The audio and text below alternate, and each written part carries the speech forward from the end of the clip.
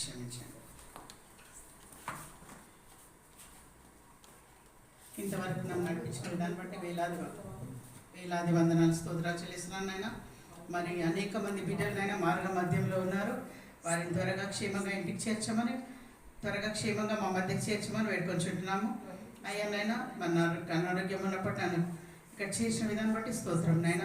WPLF ministry of prayer for nations మేమిద్దరం కలిసి నాయన ఈ యొక్క women pastors leaders evangelist fellowship మరి సెప్టెంబర్లో ప్రారంభించినాం నాయన.